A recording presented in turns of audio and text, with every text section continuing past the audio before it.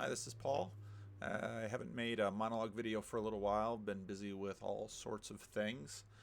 You might notice hopefully a little better quality in the video, quality in the picture. I think I'm using some different equipment to capture the sound, hoping that I can sort of avoid a lot of the sound issues that I've had in past videos.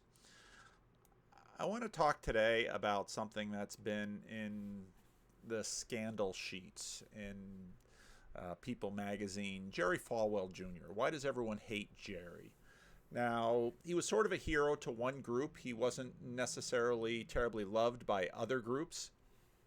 He was, during his period of time at Liberty University, my understanding is that it grew quite a bit. He's not a pastor. He's not an educator. He's a businessman and a lawyer. His father obviously was another controversial figure who in many ways was one of the prominent leaders of the 1980s moral majority movement.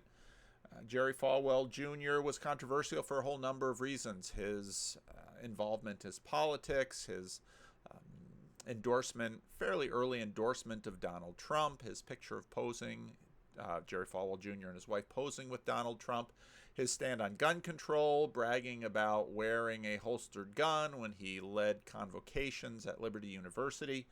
So he was a very controversial figure. And then there was the pants unzipped episode, that picture.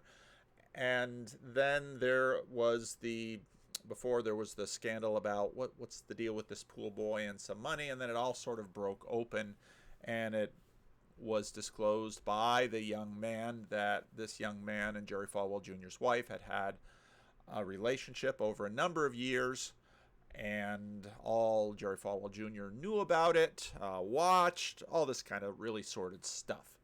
And so then he has a fall from Liberty University and is forced to resign. And how is it received? Well, he was sort of a hero, but since his fall, everybody feels free to dump on him. Probably nobody who watches this video knows him personally. A few might have associations with Liberty, but apart from a signature on diploma, I don't know how many will have a lot of thoughts about him or concerns about him. My interest in this is, why do we care? Well, I think conservative Christians, evangelicals, care for a lot of reasons. The reasons have everything to do with symbolism.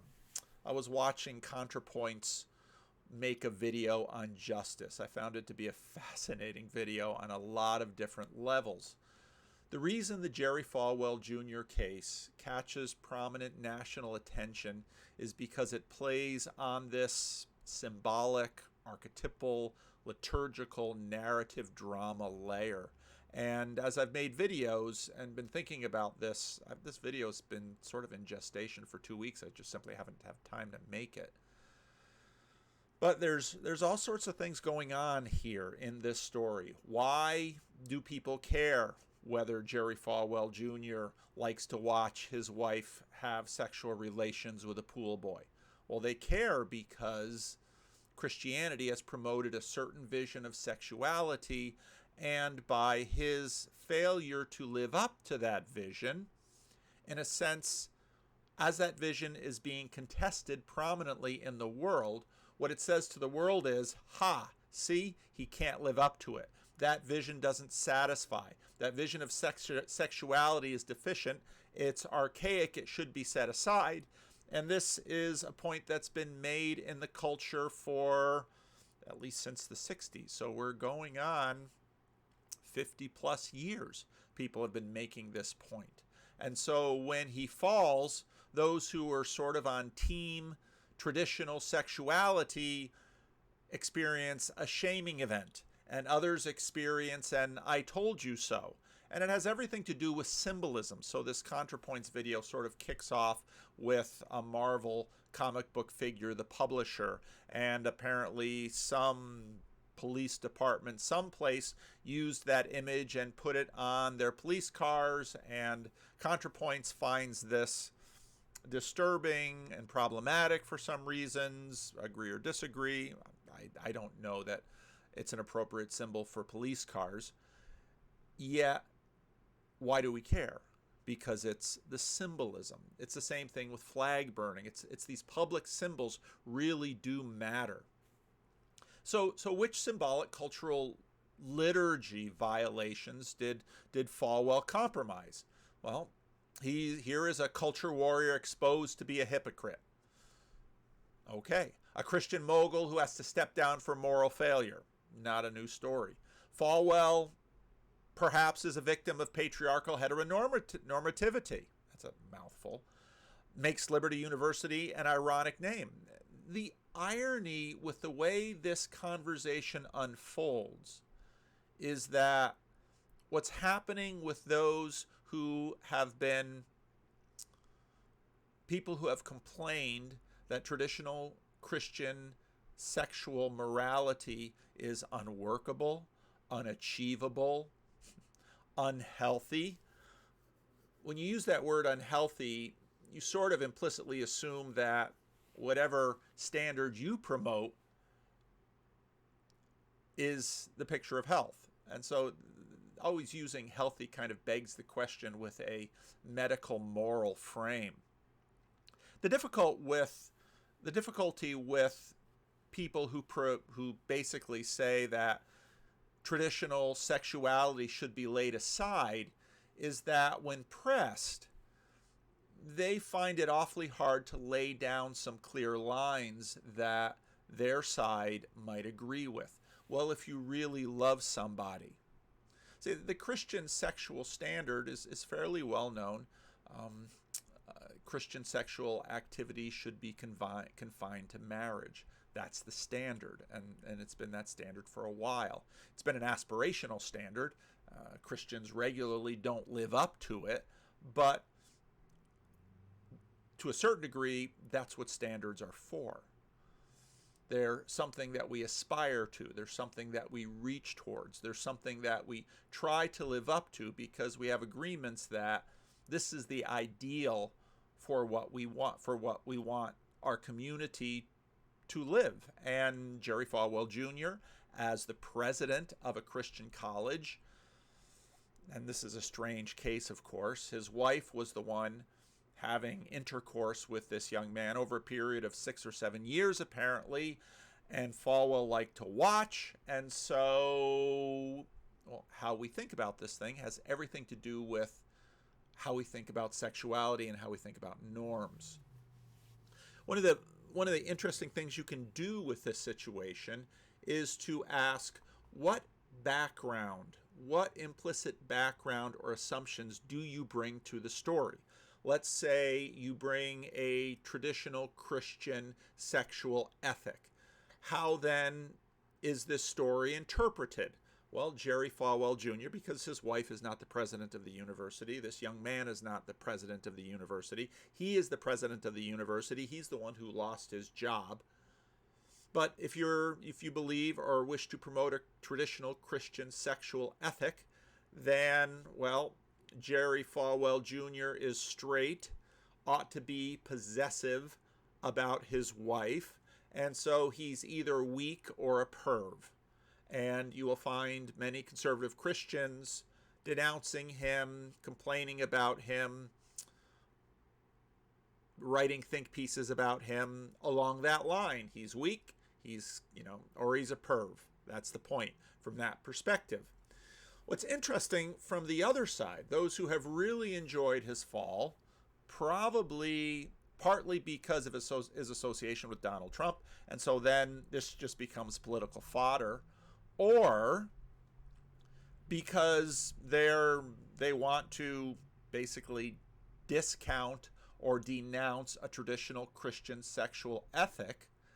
Well, actually, their denunciations are a little bit more complicated, because if we sort of employ some standpoint epistemology here, what is the secret, sacred sexual self of Jerry Falwell Jr. that would lead to this kind of sexual activity? Perhaps he's a kink.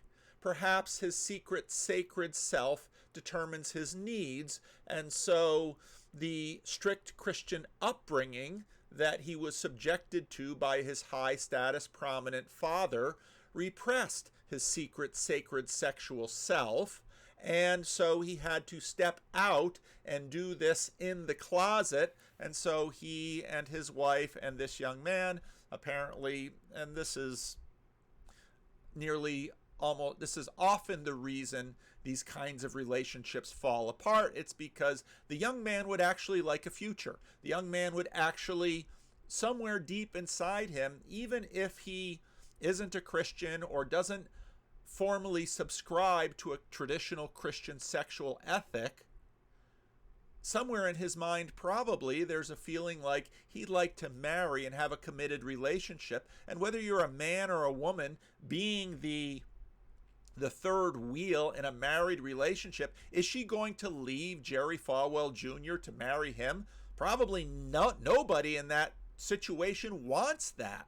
But he at some point likely wants to move on, wants to have a better, more full-rounded relationship with a woman. And so apparently Jerry Falwell Jr.'s wife was jealous about his dating other women. And according to one report, Jerry Falwell Jr. chided him, "Don't make my wife jealous." But, you know, it's almost a trope where you've got the married man hooking up with the younger mistress, and the younger mistress keeps wringing her hands. He keeps saying he's going to leave her for me, and he never does. And everybody else in the room says, no, he's not going to, because marriage is a full-orbed relationship.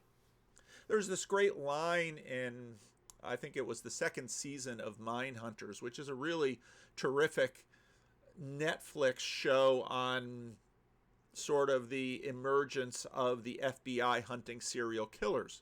And the older of the two detectives says to the younger detective, the older is a married man and there's issues in his marriage and they adopt a child and the child is troubled and the younger man is sort of trying to figure out his path going forward. And the older man makes a comment. He said, you know, marriage it's a lot of different things pulled together. It's part small business arrangement. It's not simply a sexual relationship. It's not simply a relationship for companionship. It's not even simply a relationship about money or children or parenting. It's all of those things combined. And there's a reason that the aspirational, traditional Christian sexual ethic has been so enduring, in that while people might say, yeah, there might be problems emotionally, people change, there might be problems sexually, there might be problems familially, there might be problems in all sorts of ways. Part of the reason it endures as a standard is because it needs to work, and in fact does work, often not perfectly, often with a tremendous amount of struggle, on all of these different layers. And so Mrs. Jerry Falwell Jr. is not going to leave her high-status, wealthy husband for this young, good-looking pool boy. It's just not going to happen. But neither is the young, good-looking pool boy going to not want to play the field with younger women and maybe at some point aspire to getting into a more fully formed, rounded relationship with a younger woman or a younger man. There doesn't seem to be any question about his sexual orientation, although somewhere in the back of my mind, he was creating some site for gay men. So I don't know the situation, of course. I don't know any of these people. But this leads to the point of, if you have an anthropology that basically says each of us has some secret, sacred self that sort of gets manifest sexually as a sexual identity, well, you've got all sorts of problems with that sort of perspective. It sort of casts a blind eye to the idea that our sexuality is part of the formation that we have. Our sexuality is part of the, I'm sure there's a genetic component to it. We don't even know what all is going on in that. And so this secret, sacred self is sort of a symbolic, archetypal, narrative, liturgical, storified way of capturing what we think human sexuality is. And the secret, sacred, sexual self has played a big part in many of the conversations over the last 50 years with respect to sexuality. The gay born that way conversation in some way lends itself to this. And so in the situation of Jerry Falwell Jr., you have to sort of ask the question, well, what's his secret, sacred, sexual self? And what is her secret, sacred, sexual self? Because both of these individuals are in their 50s and they're mature individuals. Now, the young man, he's a consenting adult. You know, to my knowledge, there's no legal ramifications involved here. He was a consensual partner in this whole rather sordid affair and, well, you know, decided to leave it, and I'm sure we'll have one heck of a book deal and business opportunity because of all of the stuff associated with it. But again, if the argument against a traditional Christian sexual ethic is that it's unnatural and it's overly aspirational or it's unhealthy, one must begin to ask the question, well, what is a natural sexual ethic? And I don't think if you look at the Bible, there's any question about the Bible certainly understands something about that men are not naturally monogamous, at least to the degree or probably more so than women, and women look for other things, but individual experience might matter. So Jerry Falwell Jr. couldn't live up to the very demanding, aspirational Christian sexual ethic, and neither could his wife. And because the institutional context, because of the religious context and the social context, they could not live up to it, and they failed it. And so as a figurehead, he was asked to resign. But is this a story of, oh, what a terrible sexual ethic? Or is this a story that Jerry Falwell Jr. is the victim? He's a kink who has been bullied into this and had to keep his true sexual nature in the closet. He likes to watch. Or perhaps he's gender fluid and, you know, was he watching his wife or was he watching the dude? Maybe he's fluid, maybe he's queer, and maybe his queerness has been repressed. And so he's the victim of this. This, if you want to work this way, is perhaps an example of internalized oppression. Well, what does that mean? Well, there's been tremendous pressure on him to conform from when he was very young. He's the son of a very prominent man for whom all of this kind of thing would have been denounced. And in a sense now his true self is exposed, but he continues to be repressed by the community. And even the $10 million severance package looks like some kind of subconscious do not disclose. And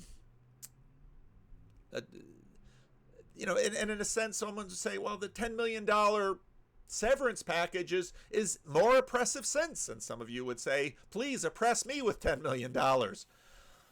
So in the anti-woke tribe, they might snicker, but there's some truth to this. That, well, everybody experiences certain, let's call them natural, because they seem to come up from our being, certain natural sexual inclinations and how to deal with them. Because, well, even with all the liberation of sexuality, it's very easy to see pressure on various people to conform to other archetypes or symbolic liturgies. It's not uncommon to find a story about a man who will say he's same-sex attracted but decided to marry a woman because he wanted to have children and a family, and so that's what he decided to do. So he decided to not express that same-sex attraction and, well, just put that out there and watch people go at the guy. So, well, is he liberated or not? Because everybody has an idea of what should happen, of what people should do. Norms emerge and people stick to them. And so you can have internalized oppression from many quarters. Now, again, these are all consenting adults. And there's no small irony that the cultural political liberationist factions heap scorn on them. They should look at them as victims and say, oh, the horrible institution of Christianity and the Christian church that promotes this vision and punishes certain groups or rewards certain other groups for this repressive sexual ethic. That has little to do with the people themselves. Again, most of us don't know these people and quite frankly don't care. So then why does People magazine care? I doubt there's a lot of Liberty alum who write for People magazine. Maybe I'm wrong. Why does People magazine care? Why does the New York Post care? Why does the Washington Post care? Why does everyone across the culture war spectrum care about what all of these consenting adults are doing? They care because Jerry Falwell Jr. or an image of him plays a role in the public imaginary. A public imaginary that we are participating in. He is a symbol, a powerful symbol in a powerful set of a powerful symbolic world. You know, Jonathan Peugeot has that for his channel, and he's exactly right. But in many ways, I find the word symbol a little underwhelming for what I'm thinking about, because it is certainly symbolic, but it's also liturgical. And I know that some scholars have come up with new words such as dramaturgical and things like that. Why do we care about Mrs. Falwell and the pool boy and Jerry liking to watch? Was anybody harmed in this? Well, sort of the consenting adult idea means, well, if you're doing something in this and there's harm involved, you're responsible for your own harm. But are you really? And a lot of the whole internalized oppression perspective basically would say that none of them are responsible for the harm because this was all harm done to them by heteronormity and the patriarchy and colonialism and Christianity, and that's where all the harm comes from. And if they didn't have those oppressive standards upon them, they could all let their freak flag fly and walk away from this whole thing and. But that really doesn't work either, does it? Jerry Falwell Jr. and his wife have children, and apparently in the business deal, their sons, I didn't go into the details of this whole thing, but what would Jerry Falwell Jr., how do Jerry Falwell Jr. and his wife, how do their children think about this? We say, well, the children's assumptions about what sexual morality is or isn't have all been formed by this Christianity too. So if you take away the formation, well, okay, fine. But here's the problem with human beings.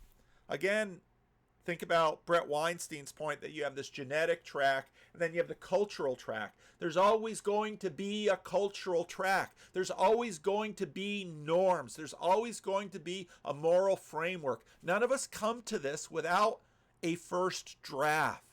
And so when we sort of imaginatively think, well, if we would just get rid of these oppressive norms and standards, then everybody could pleasure themselves or pleasure each other and everything would be great. But first of all, that's a fiction because there's no getting rid of the present norms. Secondly, what we've seen by throwing off the shackles of traditional sexuality is that new moral norms happen in the new situation. And so my neighbors is an interracial couple. And so, she's a white woman and he's an African-American man, and just read some of the woke stuff about, the scorn that they heap on interracial couples. She's fetishizing the black man and he's got racism internalized. And so you imagine that if you sort of throw off the shackles of a traditional Christian sexual ethic, that, well, suddenly things are going to be free. No.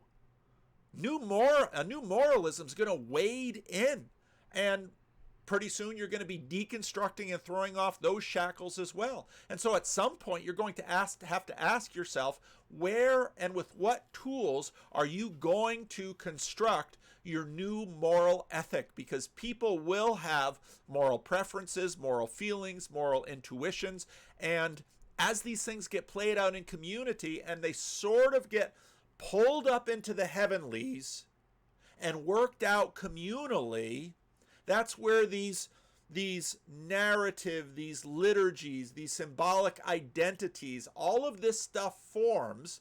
And this is why we care about stories like this, even though none of us know any of these people personally. Now, truth is, I like Jerry better now than ever. And you might say, well, why should that be? Because, well, I've got a higher resolution picture of him. And again, I don't know. Is this man weak? Is he henpecked by his domineering wife? Maybe. He certainly loves her. It's a weird love, but he certainly loves her. He certainly cares for her. He's certainly committed to the relationship. And in some ways, in a deep level. Now, I don't think that says that they were doing the right thing, but I think I still don't know him. I'm not saying he shouldn't have stepped down, and I'm not saying that the Liberty University Board of Trustees should have done the wrong thing. Part of me feels the same way about Jordan Peterson and his drug issue, because again, I know a lot of people who didn't like Jordan Peterson then suddenly heap scorn. There's a dynamic that happens with hypocrisy. And what was his name? Shelby Steele wrote a terrific book. Taught me a lot about hypocrisy. And of course, Jesus in the Sermon on the Mount and in Jesus' ministry, he makes a lot of hypocrisy. Jerry Falwell Jr. has now in some ways been shown to be a hypocrite. He participated in an institution that promoted a sexual ethic he could not live up to. He was exposed, and well, the $10 million severance, it's kind of hard pressed to say he's disciplined. He's publicly shamed. He's lost status. But part of me likes him better for this. Why? I may not care for his politics. If I were his pastor, I would probably have some talks with him and his wife and talk to them about what's really going on here, and probably advise some counseling and suggest that this arrangement with the pool boy was doomed from the start and was going to bring a lot of misery to you and your family. Yes, you have failed to live up to the community standard, which is an aspirational standard, a demanding standard. Many common people meet it, and I think are blessed by it. Sometimes standards like that also require sacrifice, and sacrifices are made in the aspiring to try to reach the standard. As a pastor, I see that all the time. People in difficult marriages may be married to someone who is a long-term marriage and someone develops Alzheimer's or somehow disabled in a long-term situation, and the other spouse suffers because their marriage isn't the kind of thing that it should be. And other people come around and say, so what if you have an affair? They barely recognize your face. What's the harm? And sometimes people do. Many times they don't, because they say, I understand, but I participate in this standard because I believe in this standard. And by actually participating in this standard symbolically, whether or not anybody knows about it or just a few people know about it, or maybe even my kids know it, it inspires them and it strengthens the community. And I believe that standard, even in competitions with all sorts of other standards that have been practiced or promoted for years to come. I believe that standard is the best standard. And even if high status prominent people can't live up to it, or can't live up to it all the time, we as a community continue to promote the standard and say, this is what we'd like to hold each other accountable to. And so when individuals fail to meet it, read Galatians 6. We try to restore them with gentleness, lest we ourselves fall into sin. And I know many would like to say, well, let's get rid of the standard. And I say, please show me the standard you're going to replace it with. You might complain about the standard, and fair enough. It's a demanding high standard, but there are values and good things for that standard that spread out to the multifaceted aspects of that standard that every marriage actually embodies. And now when many people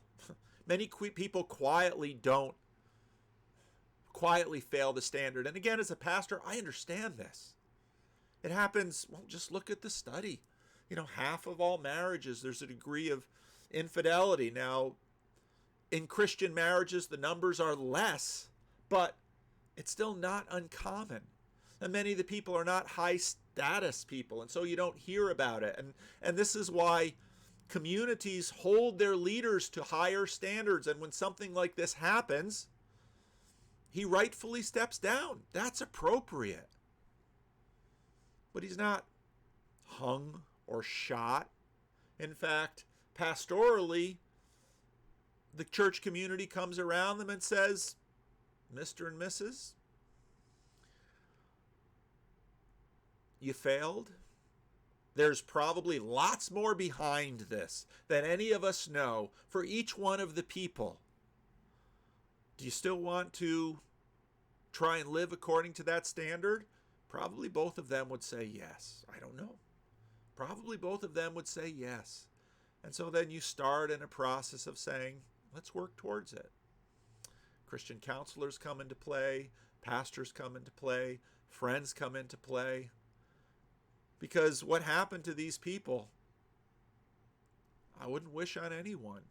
What has happened to Jordan Peterson, I wouldn't wish on anyone. As a pastor, you see the wreckage of what happens, and you say, oh, if you just get rid of the standard, then you don't have the wreckage. I see lots of people who don't have the standards, and quite frankly, they have similar kinds of wreckage or other kinds of wreckages. I haven't seen another standard that works better, so please write it in the comment section if you have one. And you say, no, it would take a lot of words. And I'd say, yeah, that's part of the problem with these other standards, because if you really love them is not a good standard. It doesn't actually move out into the business aspects or the companionship aspects or the commitment aspects or all the other aspects that Christian marriage aspires to live up to. So frankly, I like Jerry better now. Having a demanding ethic means you will fail often. And Christian men do, and they struggle with it. And who of us knows the truth about the situation between the three of them? And again, my heart goes out to them because the details of their private life are now splashed. And if Jerry and the missus could have kept it between them,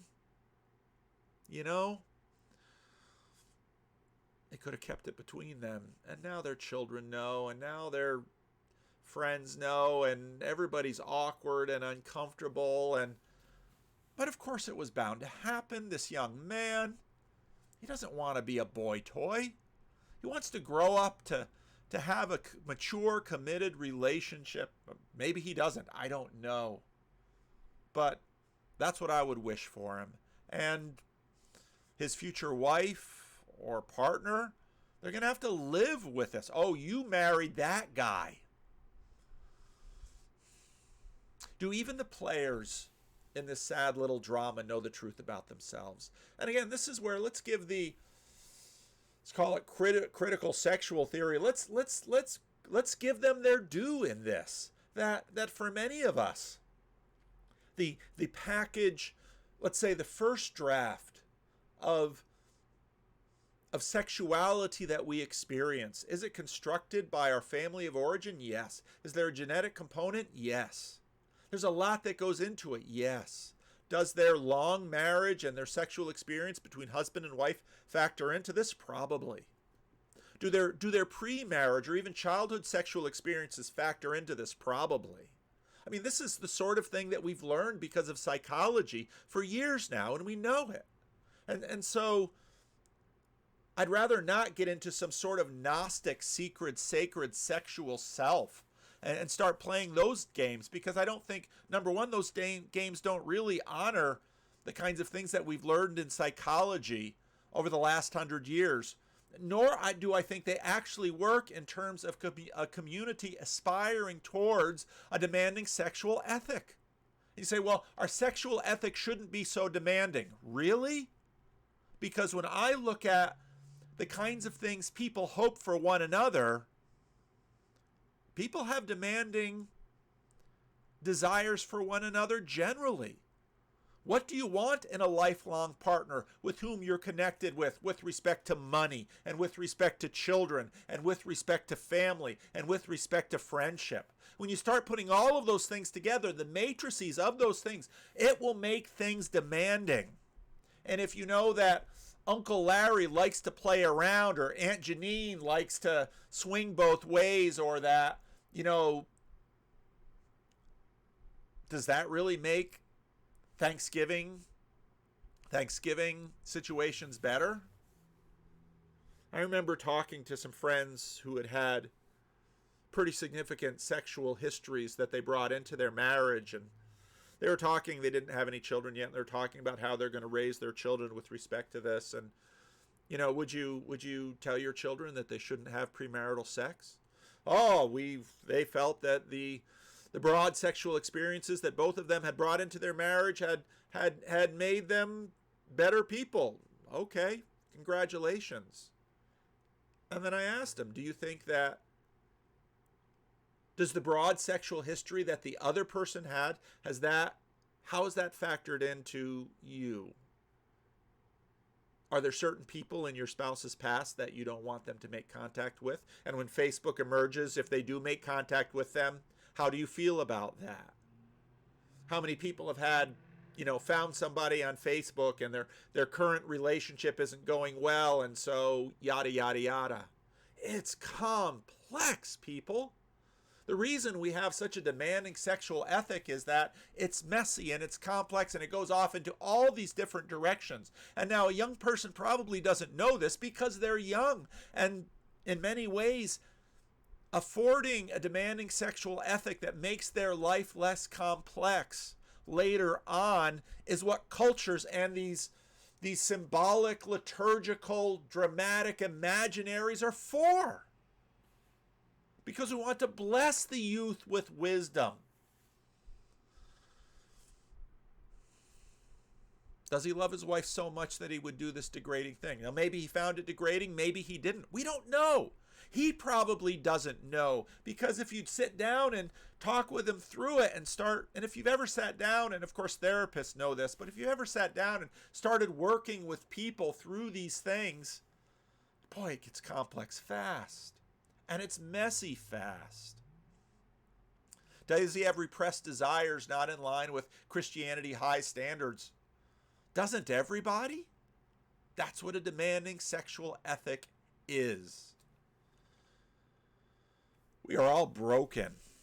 We all have political ideas. Let's be generous with each other about political ideas. We all have expectations that we have on each other. Let's be generous with each other with respect to those expectations. But that doesn't mean we shouldn't have high communal standards. How can you keep both of those things together? We're debating whether our embraced preferences are aligned or not.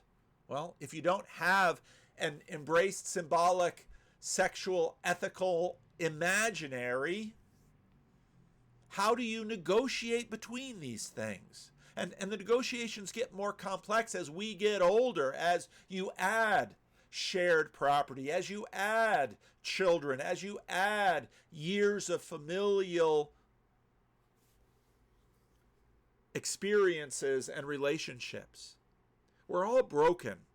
We're all trapped by sin. And part of the sin comes into some of this stuff. What do I mean by sin? It's missing the mark. And again, having an aspirational goal up there and out there that says,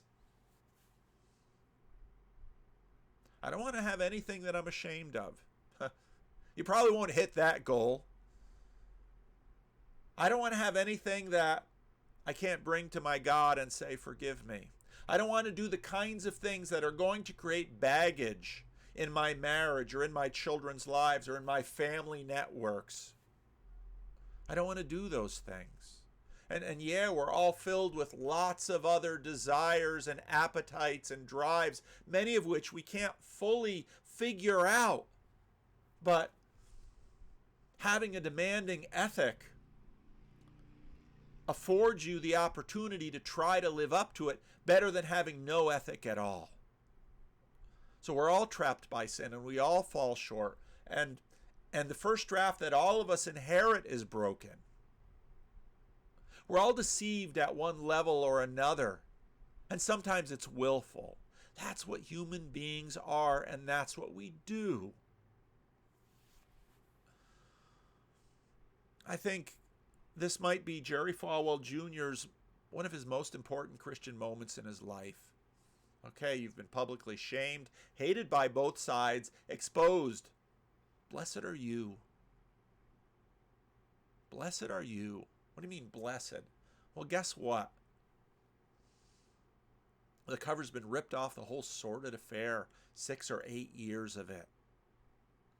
You go to church, Jerry? Probably going to have you and your wife are going to have a conversation with the pastor. And my bet is that there's brokenness in the relationship. And there's brokenness in each of them. And, well, he got the $10 million and they're tremendously wealthy people, so they're not going to worry about money. But when people see them, do they know? What do they know? What do they think? Falwell and his wife have to live with that, and the pool boy for the rest of their lives, probably. That's the story that gets dragged around. And so in many ways, maybe they'll take the opportunity to find a bottom here and to say, how can God work with something like this? When you've been exposed as a sinner. In some ways, when Peter weeps bitterly after denying his Lord, there's a moment that God moves in and says, okay, Peter, you had a Messiah complex for your master, and it's now been ripped to shreds, and you thought that you were so strong, and you thought you could live up to this aspirational image of someone who would go into the teeth of opposing forces, and you caved. Jesus, in a sense, betrayed that image when he told you to put your sword away, and he healed the man that you struck with the sword. And then you crumble before the fire of a slave girl and deny him, and you go off and you weep bitterly. And then when, after the resurrection and you're out there fishing, he calls you in and he says, Peter, feed my lambs. And you don't even want to look him in the eye. And he asks you 3 times, well, what's he doing? He's restoring you. He is building in you the kind of Christianity that is not mere legalism. Because legalism says, I'm going to hit this standard. And I say, yes, hit that standard, but you'll fail other standards, because Christianity, we have high aspirational standards of sexuality, but that it doesn't end there, of loving one another, of laying down our lives for each other, and we fail those standards. You know, one of the things that's happened politically lately is with all of the protests, and even in my own congregation, if you go back to my first conversation with Jonathan Peugeot, he wanted to talk about my, how I am liturgically, and I said, I'm a mess, Jonathan. I'm a mess. I was raised a Protestant, and our Dutch Reformed and the African American got all mashed up, and then the seeker movement came. But one of the things I decided to do when I saw people taking a knee in the streets, confessing their sins, as I thought, we need to make this more prominent in our church. And of course, I think the Roman Catholics and the Orthodox have done better on maintaining that, but Protestants haven't lately. So every week in our worship services, and I haven't tinkered with liturgy because I think liturgy is the work of the people, so I treat it very communally in my church. But every week we have a moment in our service where bow your heads, confess your sins. We have these high aspirational standards that, well, maybe you've met the sexual standard, maybe you've met the money standard, but there's a standard out there that you haven't met. And so church should have an aspect that's like AA, where we come together, and you know what? Peter's, in a sense, one of his most important and Christian moments was when he failed his Lord and yet didn't take his life. When you don't have to, when you don't have to carry the weight of his hypocrisy anymore because you've been exposed. When you can truly sing just as I am without one plea. When you are a sinner saved by grace and nothing more. When you are freely known and loved by God. When now, in a way that they've never been able to, Mr. and Mrs. Falwell can go to church and say, you know what? We are sinners. But the blood of my Lord is stronger still. That's why I like him now more than ever. And maybe he won't live up to this either. That could very well happen. I don't know, and I don't need to know, and I don't care to know. That's between them and their God and their church. But a moment of failure like this, boy, God can do real things with something like this. Just like he did with Peter. Just like he's done countless times in so many lives I've known, where people will tell me, hey, I got married that first time and I cheated on her and I drank too much and I didn't use money and I ignored the kids and she had it and she divorced me. And then I slid down that hill and I hit bottom and I finally said, God, it's a cliche, Jesus, take the wheel. You know, even in folk Christianity, there's sayings and there's memes, and yeah, they're trite, and yeah, they're kitschy, but there's often something to them, because you say, okay, Lord, maybe stop playing the games now. Maybe get real. Take off the hypocrisy, and new scabs of hypocrisy will grow. It's how we are. But this is a moment where something good can grow. And so I want that for them. I want that for them. The symbolic liturgical drama, archetypal, we play these things all the time, and they're always in politics. This is sort of the next for the rest of the video. I don't really have the time to go into it, but this is all stuff that I've been sitting on and chewing on, and so often when I sit and chew on this stuff, it doesn't go away. Sometimes it goes away and then the video never gets made, but this one hasn't gone away because, well, what do I want? It's a symbolic, cultural, liturgical violation. He's no longer has to play the role of president of a Christian college that has a high, demanding sexual norm. Okay. Now he'll get real with some things, and I hope he and his wife are blessed by them.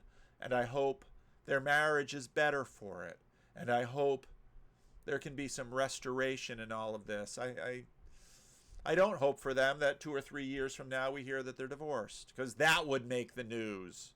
And people would scoff at it. Again, just because people can't live up to a standard, a high standard, doesn't mean it isn't a good standard. Debate the standard on its own merits. And if you've got a better one, post it in the comments section. But understand what standards are. And Christianity not only has a high and demanding standard, but it has processes for dealing with its people when they can't reach it. And in terms of the whole same-sex marriage debate, that's really where the debate should lie. Should the standard be altered? Or is the standard just hard, but still the important and necessary standard for the community? So how do you figure out the way this should work?